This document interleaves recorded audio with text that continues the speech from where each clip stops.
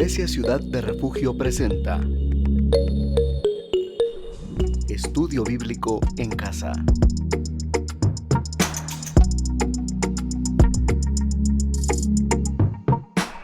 Estamos hablando sobre los dos testigos, de los cuales se habla de ellos en Apocalipsis capítulo 11.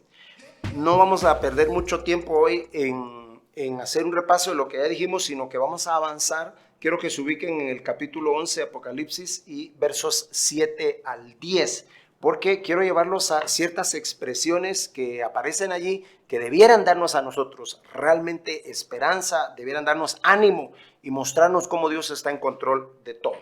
Dice el capítulo 11, verso 7, dice: cuando hayan acabado su testimonio, la bestia que sube del abismo hará guerra contra ellos y los vencerá y los matará. Y sus cadáveres estarán en la plaza de la grande ciudad que en sentido espiritual se llama Sodoma y Egipto, donde también nuestro Señor fue crucificado. Y los de los pueblos, tribus, lenguas y naciones verán sus cadáveres por 3 días y medio y no permitirán que sean sepultados. Y los moradores de la tierra se regocijarán sobre ellos y se alegrarán, y hasta se enviarán regalos unos a otros, porque estos dos profetas habían atormentado a los moradores de la tierra. Vamos a detenernos aquí con algunas de las expresiones que la Biblia muy puntualmente nos presenta. Dice que estos dos testigos son asesinados o son muertos por la bestia que sube del abismo. Esta bestia ya se presentó en el capítulo 9 y verso 11 anteriormente, entonces ya había hecho su presentación. Esta bestia obviamente es el mismo Satanás, ¿verdad? El mismo anticristo que se levanta contra ellos, porque la misma Biblia dice: pelearán contra el Cordero, pero el Cordero los vencerá. Ojo la expresión que se presenta aquí: cuando hayan acabado su testimonio.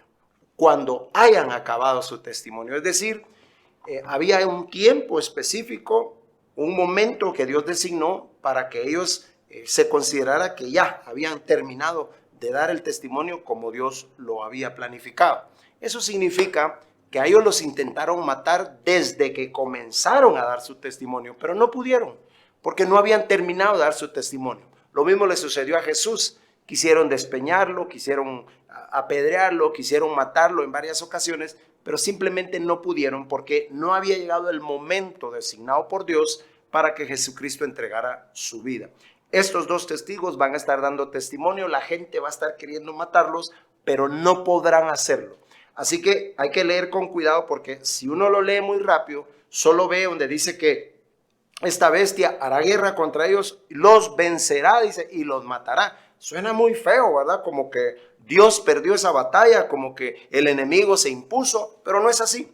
Dice: cuando hayan acabado su testimonio, es decir, cuando Dios lo permita, cuando Dios lo autorice, cuando en los planes de Dios llegue su reloj en la segundera y diga: ahora.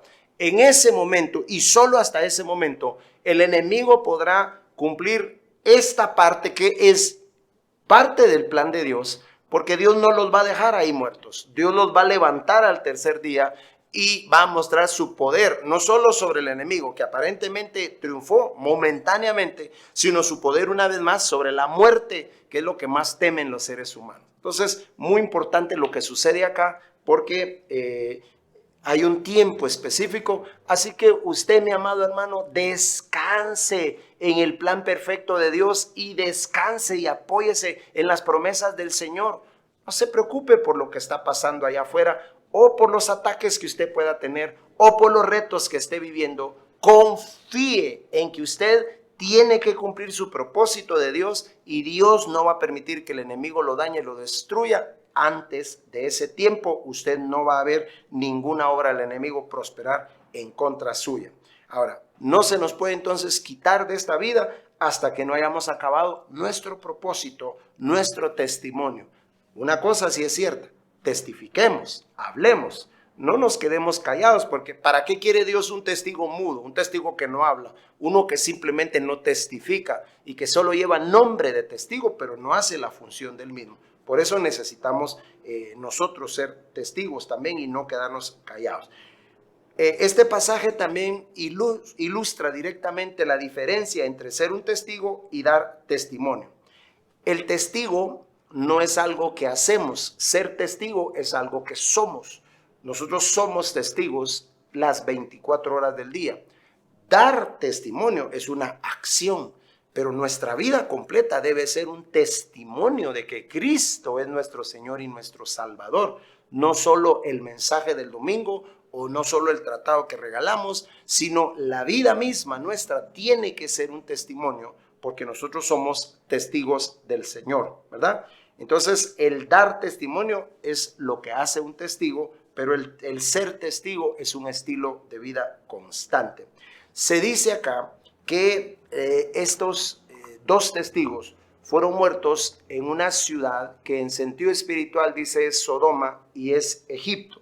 ¿Por qué se compara a Jerusalén con Sodoma y con Egipto? Bueno, Sodoma representa la inmoralidad que va a haber en ese tiempo y Egipto representa la opresión y la esclavitud que va a haber en ese tiempo. Déjeme decirlo de esta manera. El sodomismo, es decir, la inmoralidad sexual, está avanzando a pasos agigantados. Yo no tengo que explicarle a usted cómo hoy en día se está metiendo por todos lados una ideología de género que impulsa precisamente el sodomismo, que no es nuevo, que ya las culturas, las sociedades han venido viviéndolo, pero que en estos últimos tiempos tiene que tener un auge enorme, tiene que crecer. Ya se ha metido en empresas, en medios de comunicación, se ha metido a coartar la libertad de expresión. Uno no puede libremente ya expresar lo que piensa sin ser tildado de homófobo, ser tildado de una persona de un mensaje de odio y todo lo que estamos viendo frente a nosotros. Entonces, cuando dice Sodoma, todo el ambiente está siendo preparado. Yo leo el capítulo 11 y digo, estamos en el preámbulo. Leo el capítulo 11 y digo, esto del mes del orgullo en junio es el preámbulo de todo lo que va a pasar. Y cada vez esto empuja, impulsa, penetra, satura más todos los ámbitos sociales, educativos, religiosos, políticos. En todos lados se está metiendo esto. Pero es solo la preparación de lo que Dios ya tiene, ya en su plan está que esto va a ser como Sodoma y Gomorra. De hecho dice que será como en los días de Sodoma y Gomorra cuando el Señor venga. Entonces no debe asustarnos, no debe hacernos pensar que estamos perdiendo la batalla, sino todo lo contrario. Tenemos que estar conscientes que nuestro Dios tiene en sus manos el plan eterno y nuestro Dios verá que al final su plan se cumpla sobre la vida de todos los seres humanos. Así que Sodoma en sentido espiritual por la inmoralidad sexual y Egipto por la opresión y esclavitud. Acabo de mencionar, las libertades están terminando. Ya hay una opresión sobre los cristianos, ya hay una persecución sobre los cristianos. Ya no va a haber las libertades que nosotros hemos tenido. Vienen cambios contra nuestra libertad, legislando, presionando, encerrándonos, callándonos, porque esto tiene que parecerse a Egipto. Recuerden que al pueblo lo tenían bajo opresión, lo tenían bajo esclavitud, no había muchas libertades. Un esclavo, pues obviamente, una de las cosas que pierde lógicamente es su libertad y por lo tanto no tiene mucho poder de decisión, qué hacer, qué va a decir, qué comer, sino que lo están presionando, lo condicionan. Y cuando se habla de Jerusalén como Egipto, habla de eso. Va a ser una ciudad en donde no van a haber muchas libertades. Y de hecho usted no puede hoy en día ir a Israel y predicar públicamente acerca de Jesucristo. Hay muchas restricciones, lo pueden meter preso a usted. Hoy en día en Israel, y esto se lo digo por experiencia, porque yo estuve ahí con un pastor. Hoy en día en Israel usted puede hablar con toda libertad sobre homosexualismo, sobre la agenda LGTB, en las calles, en los parques. Nadie le va a decir nada, pero no puede hablar de Jesús porque si alguien llama a la policía, lo van a meter preso a usted por estar hablando abiertamente de Jesucristo. Entonces, así está Israel hoy. Imagínense cómo va a ser cuando sea el capítulo 11. Realmente va a ser como una Sodoma y Gomorra y va a ser como un Egipto, con inmoralidad sexual, pero con una opresión terrible sobre aquellos que no quieran doblegarse frente al faraón o frente al espíritu inmoral de esa época. Muy bien. Aquí se habla también, dice, como la grande ciudad. Es decir, este es un término que se aplica o se ha aplicado siempre a Babilonia, ¿verdad? Babilonia ha sido, por tradición bíblica, ha sido el cuartel o el bastión de Satanás. Cuando Dios quiere hablar de la guarida de demonios, cuando Dios quiere hablar del origen del mal, siempre habla de Babilonia, ¿verdad? Como una referencia o un referente acerca de estas cosas. Bueno, Si durante los primeros 3 años y medio del anticristo, su liderazgo fue de paz, fue de armonía, fue de querer traer unidad a los distintos grupos políticos, sociales, y lo va a conseguir aparentemente, los últimos 3 años y medio él va a sacar sus verdaderas intenciones. O sea que va a engañar a la gente, como ya lo dijimos en ocasiones anteriores, para luego sacar sus verdaderos propósitos malignos, nefastos, de oprimir, destruir, de matar. La Biblia claramente dice en Juan 10:10 que Satanás vino para matar, robar y destruir. Cristo vino para dar vida y vida en abundancia. Interesante que los moradores de la tierra se van a regocijar sobre ellos y se alegrarán, e incluso dice, se enviarán regalos y van a decir, porque estos eran los que nos atormentaban. Hay que ponerse a pensar cómo la ideología hoy en día en la sociedad va cambiando. Piensen en esto, pues. Hoy en día los culpables de que muchas cosas estén mal a los ojos de la sociedad somos nosotros los cristianos. Si nosotros los cristianos cambiáramos, si nosotros cambiáramos nuestra manera de pensar, si dejáramos a un lado la Biblia, si no nos opusiéramos a tantas cosas que la Biblia claramente condena, la sociedad sería distinta. Cada día los cristianos nos volvemos como la piedra en el zapato, y mucha gente está comenzando ya a pensar que los culpables de que este mundo no avance, que la sociedad no se modernice totalmente, que no se tengan las libertades, entre comillas, que se quisiera tener, somos nosotros los cristianos. ¿Recuerdan ustedes cuando Acab, no estaba lloviendo en la tierra, y Acab se encuentra con Elías, porque Dios lo manda y le dice que lo encuentre? Cuando se encuentran, fíjense que le dice Acab a Elías, le dice que él es el culpable de todas las desgracias que suceden en Israel. Y Elías revierte el discurso, le dice, tú y tu casa han turbado esta nación. Tú y tu casa por tu pecado han hecho que esto suceda. Porque para Acab era fácil asumir que como Elías fue el que dijo, no va a llover en 3 años y medio, entonces el culpable de esta sequía, el culpable de que no haya lluvia, es Elías, aparentemente. Pero habría que ir más atrás para entender por qué Elías hizo esa oración. Y Elías le recuerda a Acab que si él hizo esa oración no fue por capricho de él, fue porque Dios le mandó a causa de todo el pecado que estaba viviendo y produciendo la casa, la familia de Acab. Entonces al mundo se le va a olvidar que los responsables del caos mundial, moral, económico, social, son ellos mismos. A los políticos se les va a olvidar que ellos son los responsables de lo que esté viviendo la sociedad, y van a culpar, los líderes, la sociedad, van a culpar a los testigos, a los cristianos, ¿verdad? Recuerdan ustedes que hasta Nerón se atrevió a culpar a los cristianos como los responsables de haber incendiado Roma. O sea, la sociedad comenzó a ver a los cristianos como enemigos del Estado, en lugar de ser la sal que preserva el Estado. Antes de seguir hablando de esto, vamos a hacer una pausa y ya volvemos.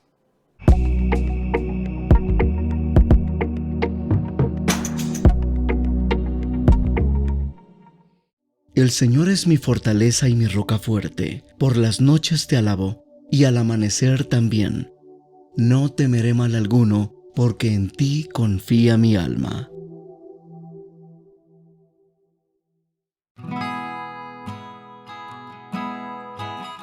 ¿Tienes un minuto para hablar con Dios? Él quiere escucharte, pero también hablarte y ayudarte en toda necesidad. Llama al 4172-8205 y alguien te apoyará en consejo y oración a Dios. Línea de refugio 4172-8205, disponible las 24 horas.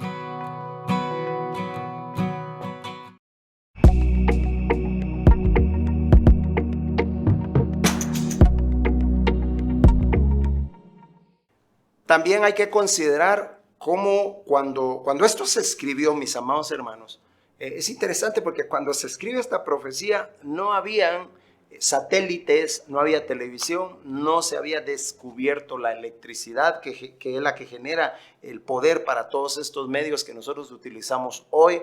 No había internet, no había CNN, no había ABC, no había Fox News, no había nada de esto, pero la profecía claramente dice que los cuerpos de estos dos testigos van a estar en la plaza de Jerusalén y dice que todo el mundo los verá. ¿Cómo? ¿Con qué precisión científica, con qué precisión tecnológica el Espíritu Santo dio una profecía, mandó a Juan a escribir algo que no existía para el ser humano en ese momento, pero que Dios ya sabía que iba a haber Facebook, que iba a haber YouTube, que iba a haber Instagram, que habría Internet y todo lo que ahora tenemos. Hoy en día el mundo es global, el mundo ya no está distanciado. La globalización nos permite estar cerca, muy cerca el uno del otro. Y por lo mismo, lo que sea que suceda en Nepal o en la aldea más recóndita de la tierra, con alguien que tenga un celular y acceso al internet, ya todos nos enteramos de lo que sucedió. Para los lectores de aquella época, de la época de Juan, tal vez hasta sonó tan irracional, tan ilógico pensar cómo todo el mundo vería los cuerpos de estos testigos. Pero esto también a mí me llena de expectativa y digo, Señor, veo que sí, tú tienes el control, tu palabra es científica, tu palabra se cumple, tu palabra es verdad. Ya lo habías dicho y habías anunciado todos estos medios masivos de comunicación, habías hablado ya de la globalización cuando Juan escribió esto, Señor. Muchas gracias por tu palabra, porque dice que todos lo verán. Quiero mencionar por un momento también el hecho de que no hayan querido que enterraran sus cuerpos. Ustedes saben que en la cultura del Medio Oriente, el dejar los cuerpos ahí expuestos era una señal de vergüenza y de humillación. Para la sociedad de esta época del capítulo 11, no solo querían matarlos, querían avergonzarlos y humillarlos y querían exponerlos aún ya después de muertos.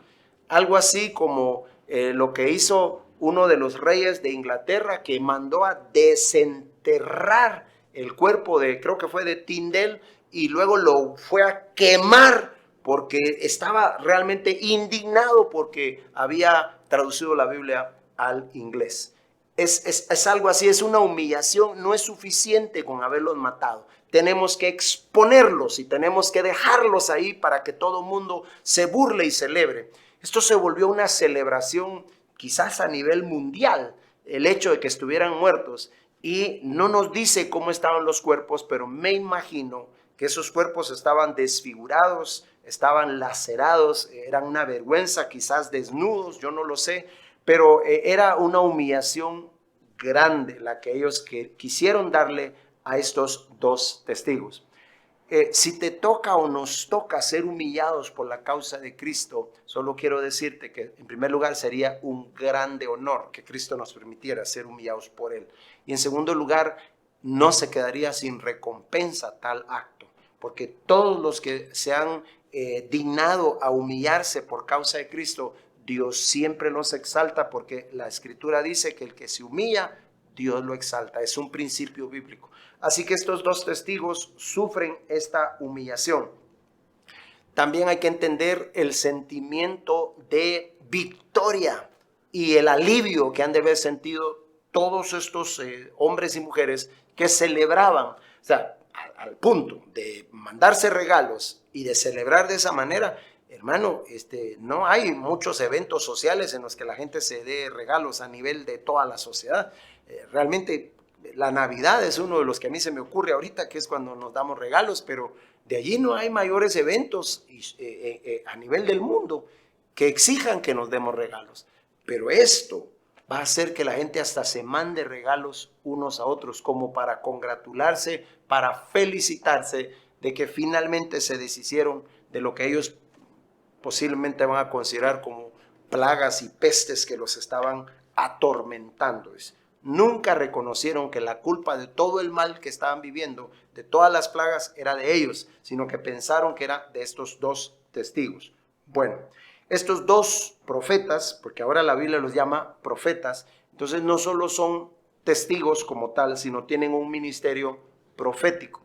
Recuerde que la palabra profeta, una de estas palabras es nava, y una de estas palabras en el hebreo significa un burbujear, un fluir o un gotear constante, constante, constante, constante. A eso se refiere también la palabra profeta o profético. Así que esta gente fue constante, fue burbujeante, fue persistente en su testimonio, es decir, no lo cambiaron. Y una de las características, al menos de los profetas del Antiguo Testamento, era que eran firmes y eran claros. El profeta Natán le habló claramente a David, le dijo, tú eres ese hombre. El profeta Elías enfrentó a Acab y le dijo claramente, tú y tu casa han perturbado, han confundido a toda la nación de Israel. Si algo tuvieron los profetas del Antiguo Testamento es que fueron directos, fueron claros. De hecho, a ellos les consultaban los monarcas. Ellos tenían una autoridad tan grande que los mismos monarcas tenían miedo de los profetas de no consultarles o de ir en contra de lo que ellos decían. Estos profetas, que ahora ya no solo se les llama testigos, sino profetas, van a tener un ministerio similar, claro, directo, abierto, sin disculpas con nadie, presentando la verdad de la palabra del Señor. En medio de toda aquella algarabía, en medio de todo aquel regocijo, en medio de CNN y todas las grandes cadenas de televisión a nivel mundial filmando esto y el mundo celebrando, a mí se me imagina la Times Square en Nueva York cuando llega el año nuevo, ¿verdad? Que caen globos, serpentinas y hay luces de color. La gente va a estar así celebrando. En medio de todo eso se interrumpe ese algarabío, esa fiesta mundana, y Dios la interrumpe con una palabra tan poderosa que dice, suban acá. Y cuando Dios dice, suban acá, la Biblia dice que espíritu entró nuevamente en aquellos dos hombres. Recuerde usted que al profeta se le preguntó, hijo de hombre, ¿vivirán estos huesos? Y el mismo Señor le dijo, profetiza espíritu sobre ellos y vivirán. Y lo mismo sucede acá, espíritu entra en ellos, Dios levanta a estos dos profetas y a los ojos de todos sus agresores y de todos los que los habían rechazado, Dios los honra. Por eso te decía hace un momento, nadie que sufra indignación, que sufra ataques, que sufra menosprecio, que sea humillado por la causa de Cristo, va a quedar así. Dios siempre tiene una forma, una manera de levantarte y de honrarte. Así que ánimo. Y ninguno de nosotros ha sufrido tanto como estos profetas. Ninguno de nosotros puede decir que su vida es un martirio por la causa de Cristo, porque por misericordia de Dios no ha sido así. Más bien tenemos todavía esa pequeña ventana de espacio de testificar y de hablar con la libertad que todavía tenemos, esa poca de libertad, pero que es suficiente para que nosotros prediquemos el evangelio. Estos dos testigos fueron levantados. Este es uno de los casi de los últimos arrebatamientos. Por lo menos hay 7 arrebatamientos en la Biblia: el de Enoc, el de la iglesia, el de Pablo, el del Señor Jesús cuando fue levantado en las nubes, y este es uno, el de Juan en el capítulo 4, y este también es uno de esos arrebatamientos que se presentan aquí, que es casi uno de los últimos, pero que confirman esa secuencia, esa consistencia de parte del Señor de levantar a los suyos, de llevarse a los suyos. Porque si tú eres de Cristo, Cristo te va a llevar con Él. Tienes que estar seguro de eso. Él te va a levantar y te va a llevar con Él. Inmediatamente después de eso hubo un gran terremoto, dice la palabra, y se derrumbó una parte de la ciudad y la gente se quedó asustada. Aquí fue el segundo ay, el fin del segundo ay, y ahora viene el tercer ay. Recuerden que este tercer ay van en una escala ascendente. El primer ay es terrible, pero el segundo ay supera al primero y el tercero supera a los primeros dos. O sea, aquí va en forma gradual la intensidad de lo que Dios está haciendo. Ya les enseñé que Dios trató con la naturaleza primero, pero ahora está tratando ya en estos 3 años y medio finales de la gran tribulación. Dios aquí en su palabra vemos que empieza a tratar directamente con el ser humano y ya no tanto con la naturaleza. Comenzó tratando con el mar, con el sol, con las estrellas, ¿verdad? Con las plantas, los árboles, pero ahora está tratando directamente con los seres humanos, ya que no quisieron escuchar su primer trato. Dios siempre tiene primera llamada, segunda llamada. Finalmente hay una última llamada para los pasajeros que se van a montar en este vuelo. Dios siempre tiene llamadas amorosas. Creo que nos está llamando a nosotros también a despertar, a levantarnos, a predicar, a hablar, a ya no callar, a no vender nuestros principios, a no entregárselos a nadie. Nos está llamando a nuevamente ser sal, ser luz, ser testigos. Nos está llamando a salir ya de ese encierro que hemos tenido y a ser una iglesia relevante, no una iglesia popular, sino una iglesia influyente, no una iglesia cae bien, sino una iglesia que agrada a su Señor y que realmente es luz y es sal en medio de una generación perversa y adúltera, como dice la palabra. Quiero invitarles para que nos levantemos, no se conforme, no se quede, no se acomode, por favor. Como cristiano, yo voy a la iglesia el domingo, sí, pero eso no basta. Uno tiene que salir, uno tiene que levantarse, tiene que alzar la voz, tenemos que despertar. Es el momento en que el Espíritu Santo está diciéndole a la iglesia que despierte. Despertad, allá viene el esposo, salid a recibirle, lo que está diciendo el Espíritu Santo en estos últimos tiempos. Y tú y yo tenemos que despertar y tenemos que cumplir, tenemos que salir y dar nuestro testimonio por causa de Cristo.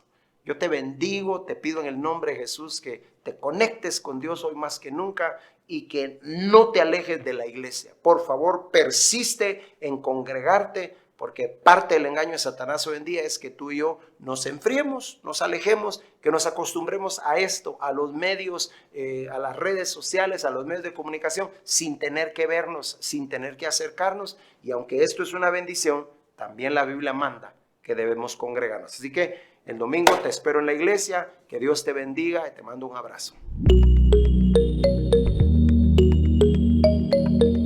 Iglesia Ciudad de Refugio presentó Estudio Bíblico en Casa. Le esperamos en una próxima oportunidad.